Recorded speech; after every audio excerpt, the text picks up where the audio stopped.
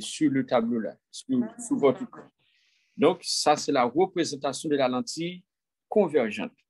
Donc, de la même manière, donc, pour la lentille divergente, donc, il y a la lentille biconcave, c'est-à-dire c'est une lentille qui possède deux faces concaves. Donc, malheureusement, je ne vais pas afficher ça pour vous tout de suite là. Donc, il y a aussi la lentille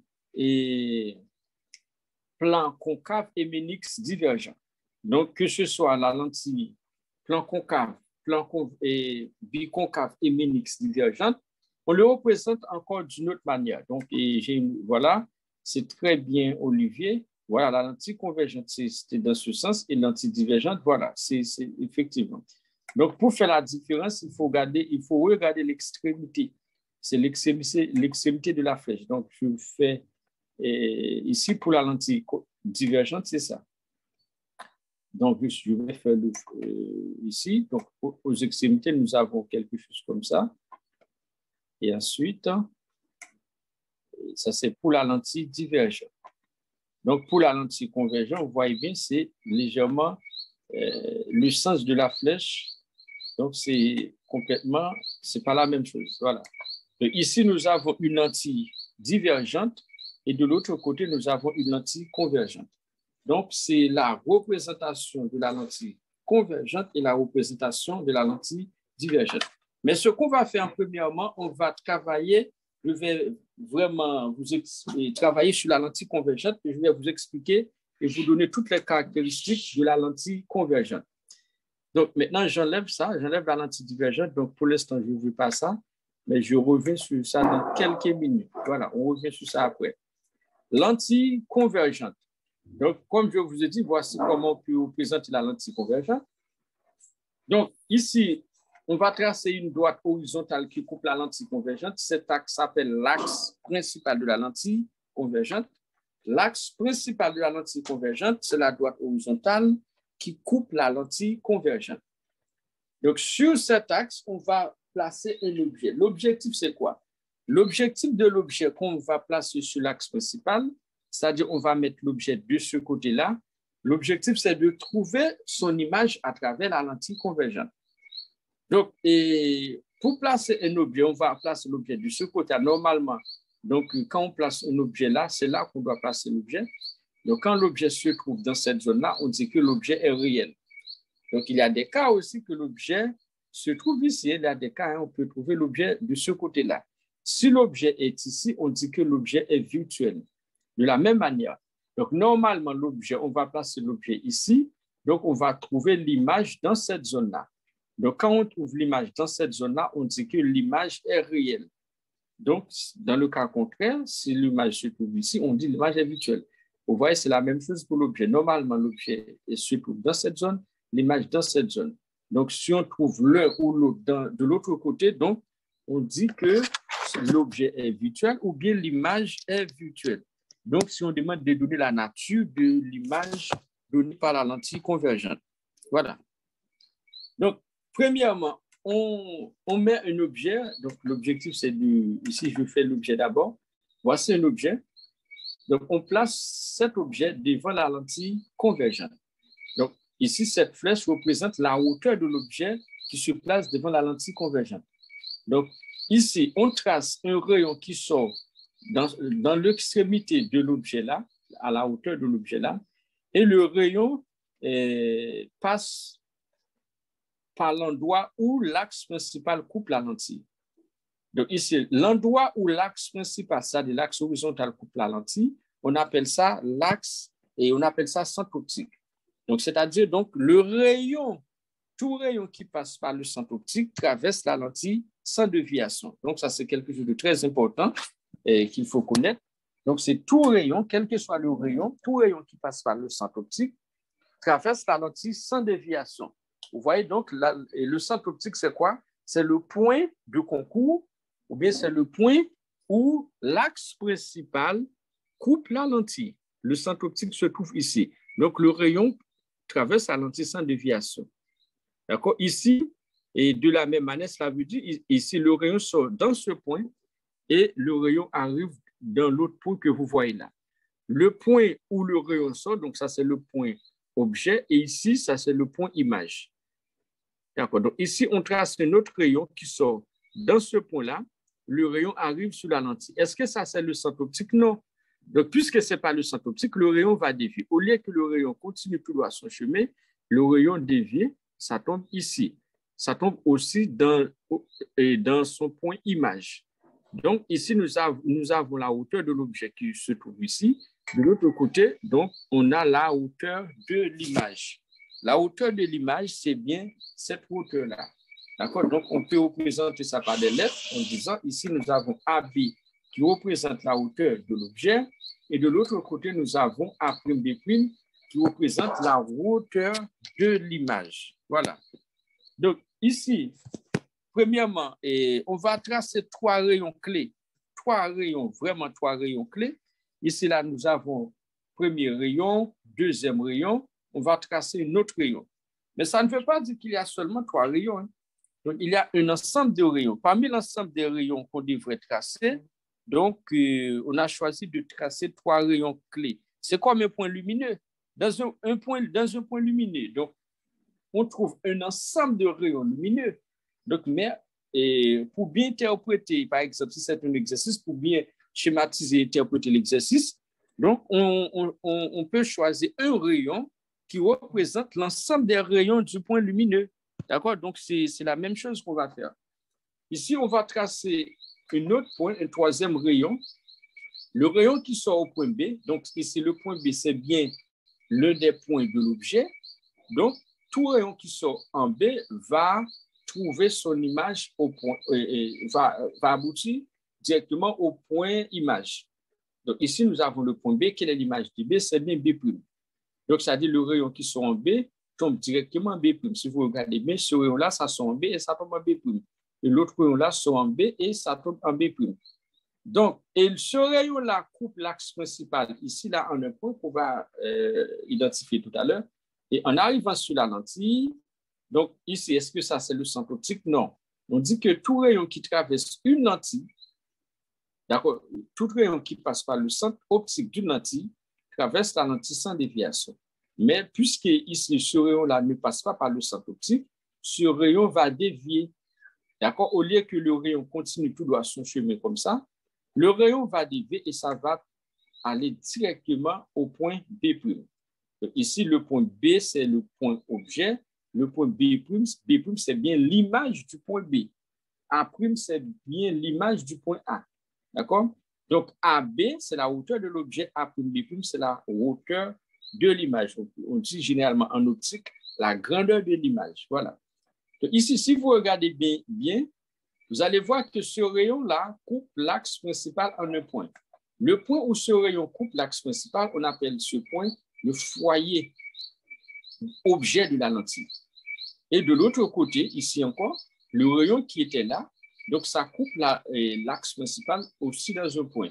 Donc ce point-là, on appelle ça aussi le foyer image de la lentille. Donc ici, nous avons le foyer objet. De l'autre côté, nous avons le foyer image de la lentille. Le foyer image, on note ça F'. Tout ce qui est lié à l'image, on note ça prime, généralement. Voilà. Donc ici, regardez bien. Ici, nous avons la lentille. La lentille coupe en un point. L'axe principal coupe la lentille en un point.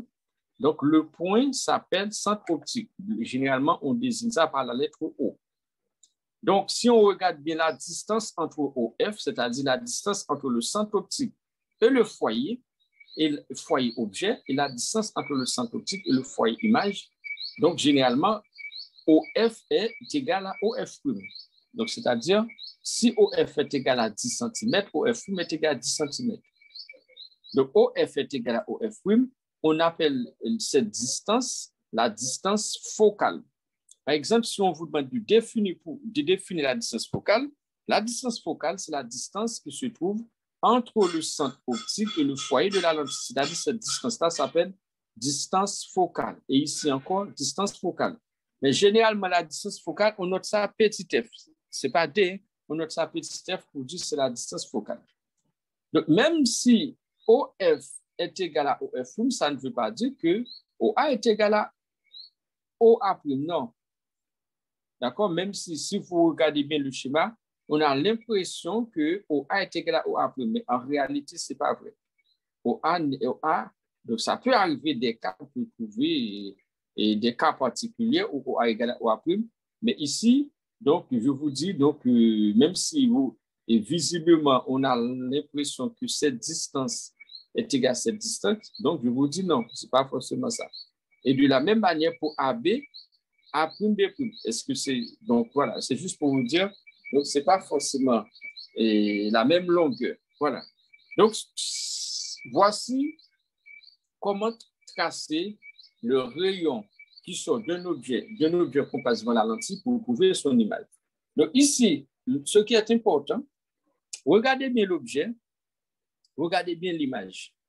Donc, si je vous pose cette question, je vous demande quel est le sens de l'image. L'objet, c'est, regardez bien le curseur, ça sort ici, ça monte. Et l'image, ça sort ici, ça descend. Vous voyez bien que l'image est du sens inverse par rapport à l'objet. Ça veut dire que l'image est renversée par rapport à l'objet. Donc, quels sont les types de questions qu'on peut vous poser sur ce petit schéma dans un exercice? Donc, on peut vous demander quelle est la nature de l'image. Ici, sur ce schéma, quelle est la nature de l'image? Donc, l'image est réelle, d'accord? Donc, ça veut dire dès que l'image se trouve de ce côté-là, là où vous voyez que le curseur tourne, donc ça veut dire que l'image est réelle. D'accord? Et si l'objet se trouve dans cette zone-là, ça veut dire que l'image est virtuelle. Mais une lentille convergente qui donne une image réelle, d'accord? C'est-à-dire donc la nature de l'image, c'est réel. Mais quel est le sens de l'image? D'accord? Lorsque la lentille convergente donne une image réelle. Quel est le sens de l'image? Donc, le sens de l'image, regardez bien, si l'objet est réel, l'image est réelle pour la lentille convergente, donc le sens de l'image, vous voyez bien visiblement que l'image est inversée par rapport à l'objet. Donc, c'est-à-dire l'image se trouve dans le sens inverse par rapport à l'objet. Et quelle est la nature de l'image? L'image est réelle. Mais l'image est réelle. Est-ce qu'il y a un cas où l'image est virtuelle? Oui, il y a un cas où l'image est virtuelle. Donc, c'est-à-dire il y a des cas qu'on peut trouver l'image de ce côté-là. Donc, vous avez déjà tout ça avec le prof, les équations, l'expression conjuguée, voilà. Donc, ça, c'est juste pour faire des petits exercices. Par exemple, ici, si on demande de déterminer la distance entre la lentille et l'objet, donc on utilise cette relation-là. Et de la même manière, si on demande de déterminer la distance entre la lentille et l'image, c'est toujours la même chose. Donc, OF, c'est bien petit f. Voilà. Donc, ici, ça, c'est la relation 1. Relation 2. Donc, relation 3, on appelle ça grandissement linéaire, donc le rapport. Donc, ça, c'est dans le cas où on demande de déterminer la grandeur de l'image ou bien la grandeur de l'objet. C'est-à-dire, si on demande de déterminer A', B', AB, donc on utilise cette relation pour déterminer la grandeur de l'image et la grandeur de l'objet. Mais ce rapport-là s'appelle grandissement. Si on demande de déterminer le grandissement aussi, donc on détermine le rapport. Donc, ce rapport est égal à le rapport que vous voyez là. Voilà. Donc, dans quel cas l'image est virtuelle? La lentille convergente donne une image virtuelle. Voici le cas. Voici le schéma que vous voyez de ce côté-là. Vous voyez bien qu'ici, c'est une lentille convergente et là, c'est toujours une lentille convergente. D'accord? Cette lentille donne une image virtuelle. Pourquoi je dis l'image est virtuelle? Parce que, regardez bien, l'image se trouve ici. Si l'image se trouve dans cette zone, l'image est virtuelle. Et quelle est la nature de l'objet? L'objet est toujours réel. L'objet est toujours réel, mais l'image est virtuelle. Mais dans quel cas que la lentille convergente donne une image virtuelle? Dans quel cas? Regardez bien le schéma, c'est dans le cas où l'objet, voici la hauteur de l'objet AB, se trouve entre le centre optique et le foyer. Si l'objet se trouve entre le centre optique et le foyer, donc ça veut dire que la lentille convergente donne une image virtuelle. Voici le cas où la lentille convergente donne une image virtuelle.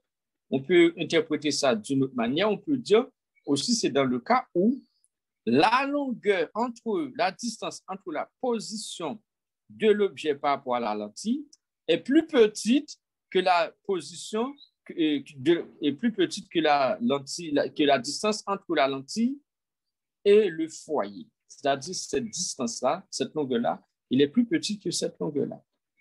D'accord? Dans ce cas, la lentille convergente donne une image virtuelle.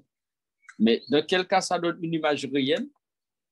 Donc, vous voyez bien que cette longueur est supérieure à cette longueur, c'est-à-dire OA représente la position de l'objet. Dans le cas où la position de l'objet est supérieure à la distance focale, donc vous aurez ce schéma-là. Ça veut dire que la lentille convergente donne une image réelle et un objet réel. L'image est renversée par rapport à l'objet. C'est dans le cas où la distance entre l'objet et le centre optique est supérieure à la distance focale. La distance focale, on note ça petit f. Donc, de la même manière ici, donc la lentille convergente, toujours la lentille convergente, donne une image virtuelle.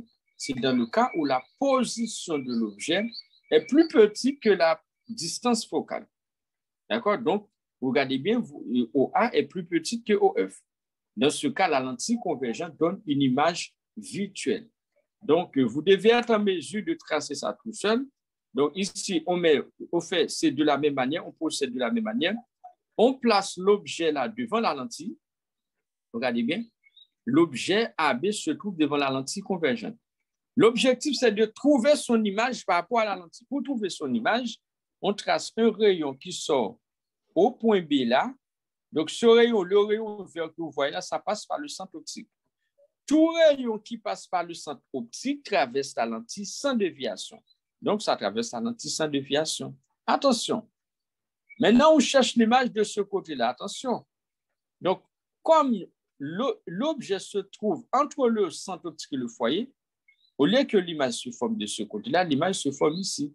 Dans ce cas, si l'image se forme ici, l'image est virtuelle. Donc, je prolonge en pointillé la droite verte. Donc, vous voyez que la droite verte, ça tombe ici, là. Donc, le point où ça touche, le point qui se trouve là, on appelle ça point B', c'est-à-dire, ici, nous avons le point B. L'image de B, c'est bien B'. Et on trace ça toujours en pointillé, ça tombe sur l'axe principal. Là, je mets A'. Deuxièmement, on peut tracer le rayon bleu, rouge. Le rayon rouge, c'est ce rayon-là. Vous voyez, c'est toujours trois rayons. Le rayon qui est parallèle à l'axe principal. Monsieur, excusez-moi. Ce que vous avez écrit là, la position de l'image, c'est bien OA? Non, OA, c'est la position de l'objet. De l'objet? C'est-à-dire la distance de l'objet avec la lentille. C'est OA. OA', c'est négatif. OA', c'est la position de l'image. Non, mais là, c'est négatif, moi, de ce côté-là. Là où je suis, là, n'est-ce pas? Oui, ici, mais quand on va de haut, oui. De la voilà, donc OA est positif. OA est positif ici, mais OA', effectivement, c'est négatif. Mais en réalité, donc, si vous faites le calcul, vous allez trouver un signe moins. Mais le signe moins, ça ne veut pas dire que l'image est négative. En réalité, parce que c'est une distance. C'est juste pour dire ça se trouve. La distance. C'est juste pour dire l'image est virtuelle, ou bien ça se trouve de l'autre côté. Par rapport aux valeurs. Voilà. Donc, si vous, par exemple, vous allez trouver ça dans les exercices tout à l'heure. Donc, si on vous demande de déterminer OA', par exemple, si vous avez trouvé moins 6 cm, le signe moins que vous avez trouvé, ça ne veut pas dire que la distance OA' est négative. C'est juste pour dire que OA' c'est situé de ce côté-là. Et si ça se trouve de ce côté-là, ça veut dire que l'image est virtuelle. OK. Merci, oui. Voilà. Okay. Voilà. Donc, mais c'est quand c'est réel, donc on va trouver, et ce sera toujours positif. Mais quand c'est virtuel, c'est-à-dire, donc, ça se trouve de ce côté-là. Mais le signe moins, en réalité, ça ne veut pas dire que c'est négatif. C'est-à-dire, donc, c'est virtuel. Et même si vous calculez la valeur pour A', B', donc, si vous avez trouvé le signe moins que vous avez trouvé, c'est juste pour dire que l'image est renversée. C'est dans l'autre sens. C'est comme si le moins veut dire que ça se trouve dans l'autre sens.